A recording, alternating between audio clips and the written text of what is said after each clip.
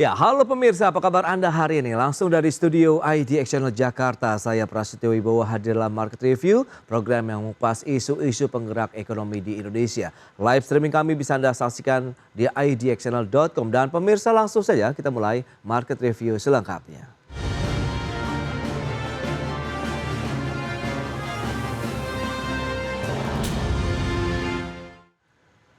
Ya, pemirsa, pelaku usaha mulai mengkhawatirkan kebijakan pengaturan impor barang akan berdampak terhadap stagnasi industri retail di tanah air. Bahkan okupansi pusat perbelanjaan diprediksi tidak bisa menembus angka 80% di tahun 2024 ini.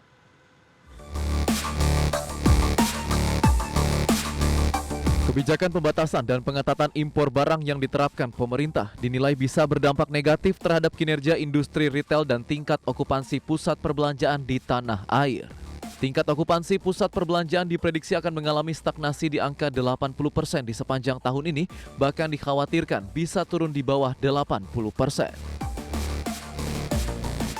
Ketua Umum DPP Asosiasi Pusat Belanja Indonesia atau APBI, Alfonsus Wijaya seperti dikutip media mengatakan, upaya pengetatan produk impor membuat banyak pelaku usaha enggan membuka toko baru di pusat perbelanjaan. Hal ini terkait dengan ketersediaan sebagian besar produk yang dijual adalah produk luar negeri. Selain itu, aturan pembatasan barang impor juga telah membuat sejumlah produk luar negeri di sektor retail menjadi langka dan harganya melambung tinggi di tingkat konsumen. Sehingga dikhawatirkan akan semakin membuat industri retail di dalam negeri bertambah lesu. Belum lagi ditambah dengan maraknya produk impor ilegal yang ikut membanjiri pasar domestik. Di sisi lain, Alfonsus memahami tujuan pemerintah dalam melakukan pembatasan dan pengetatan importasi barang dari luar negeri, yaitu melindungi produk lokal dan pangsa pasar di dalam negeri. Namun Alfonsus mengusulkan beberapa upaya untuk melindungi produk lokal atau usaha mikro, kecil, dan menengah atau UMKM seperti pemberian insentif, fasilitas, dan kemudahan akses untuk bisa meningkatkan daya saing. Jakarta, Tim Liputan IDX Channel. Ya, pemirsa, untuk membahas tema menarik kita hari ini, pengetatan barang impor picu stagnasi industri retail, kita sudah tersambung melalui Zoom bersama dengan Bapak Alfonsus Wijaya. Beliau adalah Ketua Umum Asosiasi Pengelola Pusat Belanja Indonesia atau APBI. Selamat pagi, Pak Alfonsus. Pagi, Mas Pras. Apa kabar? Kabar baik Pak Alfonsus, dan apakah juga masih sebaik dengan industri retail dan juga pengelola pusat perbelanjaan di awal tahun 2024 ini? Kita review terlebih dahulu di bulan Januari lalu bagaimana? Apakah memang sudah mulai ada pertumbuhan yang signifikankah atau masih stagnan begitu Pak? Silakan. Ya, Mas Pras. Ya. Kalau kita kembali flashback gitu di 2019 begitu kan, sebelum COVID. Oke. Kemudian kita bicara tingkat okupansi begitu, itu tingkat okupansi di pusat perbelanjaan itu 90% rata-rata nasional. Kemudian selama COVID itu drop 20% sehingga hanya tersisa sekitar 70%. Nah, kemudian mulai 2022, pertengahan 2022 itu sudah mulai ada peningkatan. Oke. Terus kemudian ditambah lagi Pak Presiden Jokowi kan mencabut PPKM di Desember menjelang tutup tahun 2022 begitu ya. Nah itu peningkatan terjadi lagi. Jadi bahkan di 2023 itu kita bisa menutup tahun dengan tingkat okupansi rata-rata itu berada di 80% begitu. Baik.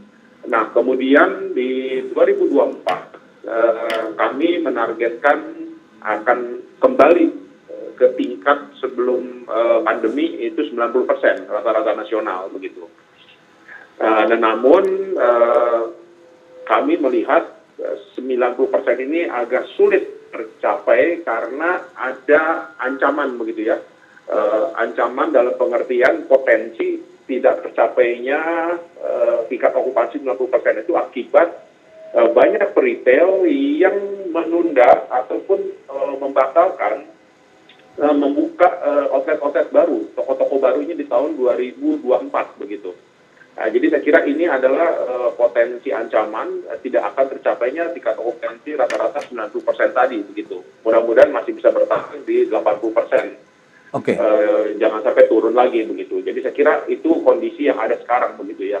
Ya, dan kita tahu juga cukup ramai begitu di media online maupun media lain begitu. APBI keluhkan kebijakan dari sisi pembatasan dan pengetatan produk impor begitu. Ya, ini dikhawatirkan berdampak juga terkait dengan stagnasi dari industri retail di tanah air. Nah, ini bisa Anda jelaskan lebih jauh tidak sih kenapa begitu korelasinya cukup kuat antara pembatasan ataupun pengetatan tadi produk-produk impor terkait juga dengan produk ataupun industri retail di Indonesia ini Pak Alfonsus?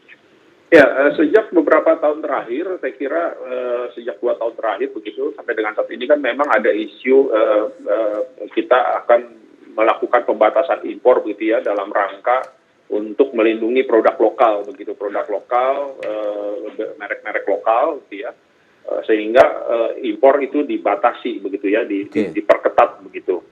Namun saya kira ini strategi yang kurang pas begitu, kurang tepat begitu. Kenapa?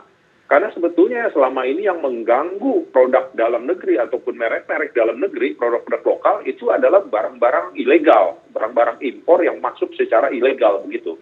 Nah, tetapi pemerintah membatasi impornya itu adalah dengan menambah berbagai ketentuan-ketentuan begitu, peraturan-peraturan. Itu kan yang dilarang, yang dibatasi itu adalah barang-barang merek-merek yang jelas begitu, pelaku usahanya siapa, mereknya jelas, begitu kemudian juga prosedur impornya juga jelas, mereka juga membayar pajak secara jelas dan sebagainya begitu. Jadi justru ini yang dibatasi oleh pemerintah begitu, tetapi tidak ada rencana pemerintah ataupun tindakan-tindakan yang nyata begitu untuk membatasi produk-produk ilegal, impor ilegal begitu. Bahkan kalau bisa dilarang itu kan sama sekali tidak ada barang-barang impor ilegal masuk begitu. Nah, jadi ini adalah kalau impor resminya itu diperketat, sedangkan impor ilegalnya ini dibiarkan, nanti akan banjir impor ilegal begitu. Kalau impor ilegal ini masuk, yang terdampak adalah produk-produk lokal. Oke. Merek-merek lokal begitu. Jadi akhirnya apa? Jadi yang tadi saya sampaikan di awal akan terjadi stagnasi industri retail, ancaman ya, ini sifatnya ancaman karena mudah-mudahan pemerintah bisa membatalkan ataupun merevisi peraturannya. Yang impor resminya itu terhambat karena dengan berbagai pembatasan begitu sehingga barang menjadi langka, akhirnya juga barang menjadi mahal. Oke. Dan yang produk lokalnya pun terganggu oleh membanjirnya ilegal, impor-impor ilegal akibat pemerintah tidak menangani impor-impor ilegal ini begitu. Baik. Jadi akhirnya apa? Dua kategori ini, impor yang resmi dan produk impor dan juga produk dalam negeri sama-sama terganggu begitu. Jadi saya kira ini yang tidak disadari oleh pemerintah begitu. Karena pemerintah hanya fokus membatasi impor, memperketat impor yang resmi itu karena dengan ditambah aturan dan sebagainya, tetapi produk ilegalnya, impor ilegalnya dibiarkan begitu. Baik. Jadi Pak saya kira Alfonsus. itu ya. Iya, bicara mengenai importasi ilegal begitu tadi yang memang mengganggu akhirnya pasar di dalam negeri. Tapi kan pemerintah juga beberapa waktu lalu sering kita mendengar begitu beragam upaya-upaya dilakukan begitu, baik ada yang razia, kemudian pemusnahan barang-barang ilegal. Nah, karena yang ilegal ini kan sifatnya juga memang tidak ada aturannya begitu karena masuknya pun tidak jelas dari mana dan mungkin penegakan hukum yang perlu dilakukan begitu. Kita akan bahas nanti di segmen berikutnya Pak Alfonsus. Kita akan jeda dulu sebentar dan pemirsa tetaplah bersama kami.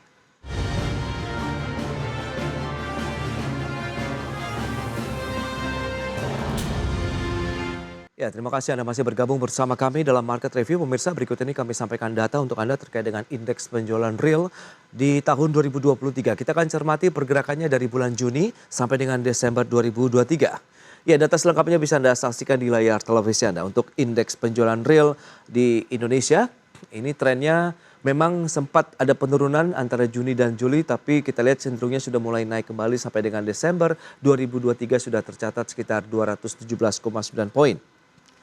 Dan selanjutnya dari pertumbuhan indeks penjualan real ini menurut kelompok secara bulanan, kita lihat apa saja ada suku cadang dan aksesoris yang kita lihat pertumbuhannya sekitar 3,7%, kemudian makanan dan minuman serta tembakau 4,7%, BBM 5,2%, peralatan informatika dan komunikasi 10,4%, perlengkapan rumah tangga 1,7%, kemudian barang budaya dan rekreasi 2,5%, sandang 6,1% dan barang lainnya 4,9%.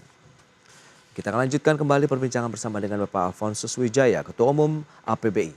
Ya, Pak Alfonsus, kita akan lanjutkan kembali perbincangan. Tadi sempat tertunda kalau kita bicara mengenai importasi produk ilegal begitu yang memang ini sudah banyak juga menekan industri-industri lain ya selain retail begitu, ada tekstil dan produk tekstil, plastik dan lain-lain begitu, bahkan ban pun juga mengalami kondisi yang sama. Nah, sejauh mana sih dan seberapa mengkhawatirkannya produk-produk impor ilegal ini kalau kita bicara mengenai industri retail kemudian operasional terkait dengan pusat-pusat perbelanjaan di Indonesia ini, Pak? Ya, saya kira sangat mengganggu sekali. Makanya dalam pernyataan kami, APBI, Asosiasi Pengelola Pusat Belanja Indonesia, menyampaikan bahwa ini ada ancaman stagnasi begitu kan di industri usaha retail di Indonesia begitu. Jadi kami memprediksi kalau ini tetap diberlakukan pembatasan impor resmi ini dan kemudian barang-barang impor ilegalnya dibiarkan, ini akan terjadi stagnasi. Jadi kami ada ancaman stagnasi begitu. Jadi jangan sampai ini pemerintah tidak merevisi ataupun menunda, kalau bisa bahkan dibatalkan gitu. Kenapa? Karena kami memprediksi industri retail akan terus bertumbuh sampai dengan Ramadan dan Idul Fitri ini. Karena itu Ramadan dan Idul Fitri adalah puncak peak season daripada industri retail di Indonesia. Nah, setelah Idul Fitri dan Ramadan ini pasti akan terjadi stagnasi. Kalau sekali lagi kalau pemerintah membiarkan terus barang-barang impor ilegal ini membanjiri Indonesia, ditambah lagi tadi dengan proses impor untuk yang resminya itu malah dipersulit, diperketat. Itu secara umum akan terjadi, impor resmi diperketat, ilegalnya akan bertumbuh kalau tidak dijaga begitu. Kemudian kalau kita lihat lagi dengan barang-barang yang dijual secara online, saya kira juga itu impornya banyak yang tidak jelas begitu kan, prosedur impornya juga. Jadi saya kira kita sudah lihat beberapa waktu lalu sempat menjadi isu besar begitu kan, pasar Tanah Abang dan sebagainya terganggu, sepi akibat dengan online, e-commerce dan sebagainya, yang mana itu barangnya juga tidak jelas begitu, prosedur impor dan sebagainya, pengenaan pajaknya tidak jelas, biaya masuk impornya juga sudah tidak jelas. Jadi saya kira cukup serius ancaman ini begitu jika memang pemerintah membiarkan terus begitu. Oleh karenanya kami menyebut ini adalah ancaman stagnasi di industri retail di Indonesia begitu. Iya. Tapi kalau kita lihat dengan ancaman dari secara online begitu ya, karena memang ini sudah kaitannya dengan ada shifting nampaknya belanja masyarakat begitu, yang biasanya offline sekarang lebih banyak yang online. Nah, seberapa ketat ini bisa berdampak juga selain tadi dengan adanya ancaman barang-barang impor ilegal dan adanya juga pembatasan impor yang legal ini, Pak Alfonsus?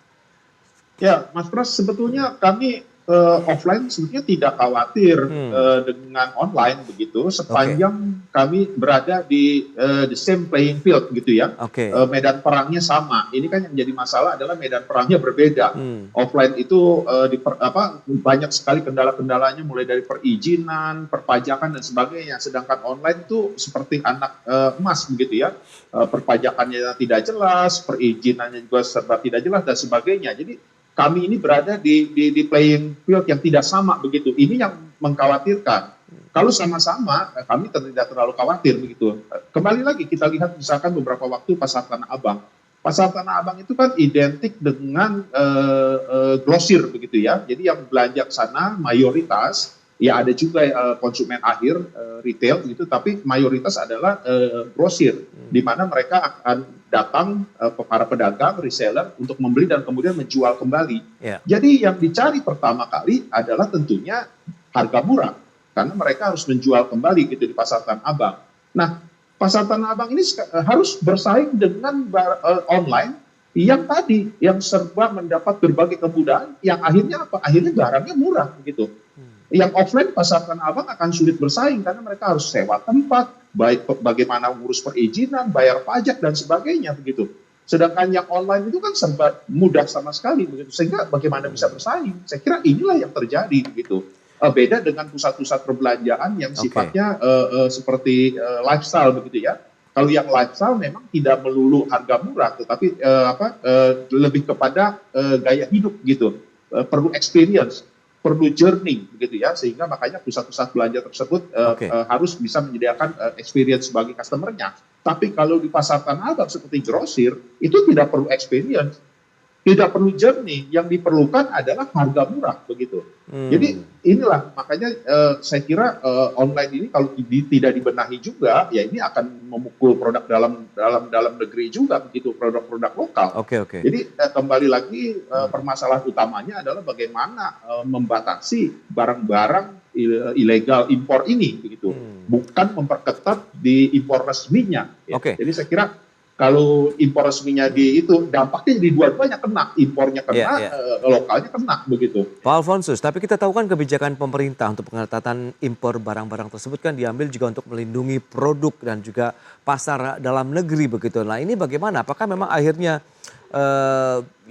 ini berbeda begitu, justru berbenturan begitu dengan keinginan dengan adanya produk-produk importasi yang dijual juga karena ada marketnya di dalam negeri. Tahan dulu jawabannya, Pak Alfonsus, kita akan jeda kembali sebentar dan pemirsa tetaplah bersama kami.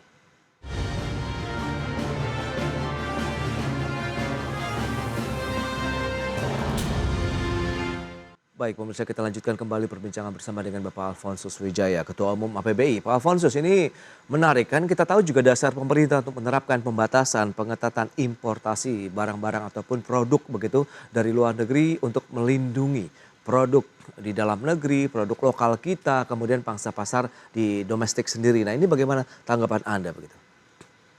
Saya kira semua setuju, ya. Kami juga pemain di industri pusat perbelanjaan ataupun bahkan di seluruh stakeholder daripada industri retail. Saya kira setuju dan sepakat bahwa kita harus melindungi produk dalam negeri, merek-merek dalam negeri. Saya kira itu jelas. Kenapa? Banyak sekali alasannya. Salah satunya adalah contoh misalkan pada saat COVID. Kenapa Indonesia bisa bertahan dibandingkan kondisi perekonomian ya, dibandingkan dengan berbagai negara lain. Salah satunya adalah karena perdagangan dalam negeri kita yang sangat kuat. Ya tentunya itu adalah produk-produk lokal. Produk-produk dalam negeri harus kita dorong terus. Jadi saya kira kita semua setuju, kami pun sepakat dan kami juga mendukung ke arah sana. Nah, yang jadi permasalahan adalah kebijakannya ini yang bisa berdampak begitu. Bahkan bisa berdampak memukul produk dalam negeri sendiri seperti yang tadi saya sudah sampaikan di awal begitu ya. Nah kemudian juga contoh misalkan, apalagi kalau kita masuk lebih dalam begitu ya, barang anggap saja kita kelas kita bagi 4 gitu ya, ada kelas bawah, kelas menengah, kelas atas dan kelas mewah bahkan gitu ya. Nah saya kira sekarang pemerintah membatasi seluruh segmen, seluruh kelas ini. Padahal kan tidak perlu seperti itu, begitu. Barang-barang kelas atas ataupun kelas mewah bahkan itu kan jarang sekali ada produk lokalnya, gitu kan. Kalaupun ada sangat sedikit begitu. Nah, ini kan sebetulnya tidak perlu dibatasi gitu produk-produk yang kelas menengah atas bahkan mewah itu, begitu kan. Nah, tetapi kan oleh pemerintah ini semua disamaratakan saja begitu, diklasifikasinya tidak dibeda-bedakan. Nah, ini kan sebetulnya tidak perlu menjadi sia-sia kebijakan ini. Akhirnya apa? Mereka mendorong belanja di luar negeri gitu kan. Sekarang apalagi banyak negara sudah membuka diri dan banyak sekali memberikan promo-promo untuk mereka recovery kan. Kita lihat Malaysia tingkat wisatanya luar biasa tahun lalu, Thailand dan sebagainya. Itu kan wisatanya meningkat, otomatis juga belanja wisata belanjanya juga meningkat. Akhirnya mereka lebih banyak belanja di luar. Jadi saya kira setuju untuk melindungi produk dalam negeri, tetapi strateginya saya kira yang harus lebih tepat begitu. Nah, kami khawatir strategi yang diberlakukan oleh pemerintah sekarang itu kurang pas begitu. Kami ada beberapa usulan sebetulnya solusi kepada pemerintah begitu ya, yang saya kira harusnya lebih tepat begitu. Jadi impornya jangan dibatasi karena sebetulnya apalagi kalau kita bicara retail itu sangat identik dengan lifestyle. Jadi lifestyle ini setiap saat berubah begitu ya, apalagi sekarang ini di dunia sudah begitu tanpa batas begitu. Jadi lifestyle ini tidak bisa dibendung dengan aturan-aturan begitu. Lifestyle itu begitu terbukanya kondisi saat ini di dunia gitu ya. Nah, jadi kami mengusulkan impornya dibiarkan saja, tapi ya tentunya ditata begitu ya, tetapi jangan dilarang, jangan diperketat begitu, tapi ditata begitu. Nah, Kemudian untuk membantu mendorong produk lokal, merek-merek dalam negeri itu diberikan insentif, Oke. diberikan berbagai fasilitas, diberikan berbagai kemudahan untuk bisa bersaing. Jadi bukan dilarang impornya begitu, dan tadi ada efeknya tadi karena impor ilegalnya tidak ditangani dengan baik, ini akan menjadi bumerang begitu terhadap produk lokal itu sendiri. Tetapi sebaiknya yang lokal ini justru didorong, diberikan berbagai macam fasilitas begitu. Jadi saya kira itu jauh lebih tepat begitu ya. Jadi impor dan lokal bersama-sama ada di dalam negeri, tetapi yang dalam negerinya mendapat fasilitas yang lebih bagus, yang lebih baik, yang lebih besar begitu. Jadi saya kira itu yang kami usulkan kepada pemerintah begitu.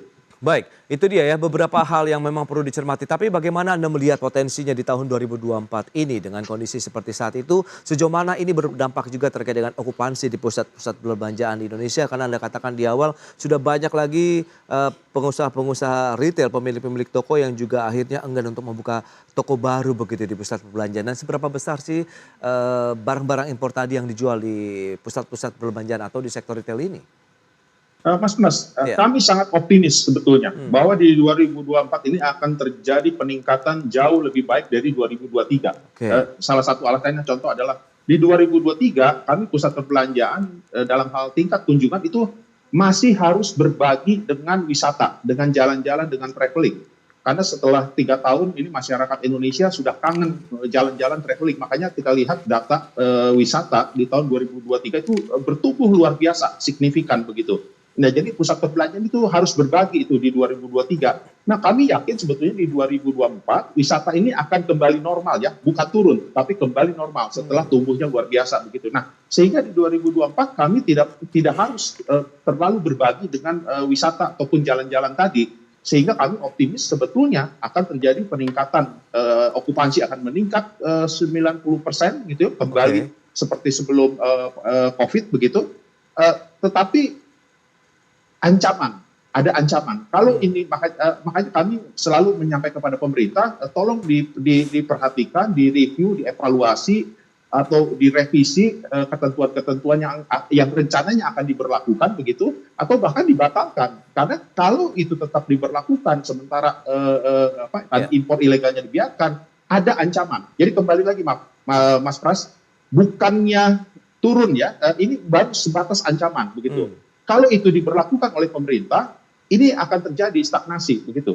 Sehingga kami sampai sekarang ini selalu mengingatkan kepada pemerintah, tolong direvisi, tolong dievaluasi, dan kalau bisa ditunda atau dibatalkan saja begitu, daripada nanti ini akan terjadi stagnasi setelah Ramadan dan Idul Fitri begitu. Demikian Mas Pras. Itu dia ya, tidak diharapkan begitu meskipun ada optimisme tapi masih ada ancaman juga yang menghantui dari industri retail dan juga pusat perbelanjaan dengan nantinya adanya pengetatan untuk produk-produk impor di Indonesia. Dan semoga nanti ada win-win solution begitu ya Pak Alfonsus. Terima kasih banyak atas waktu dan sharing yang sudah Anda sampaikan kepada pemirsa. Selamat melanjutkan aktivitas Anda kembali. Salam sehat Pak Alfonsus. Terima kasih Mas Pras, salam sehat.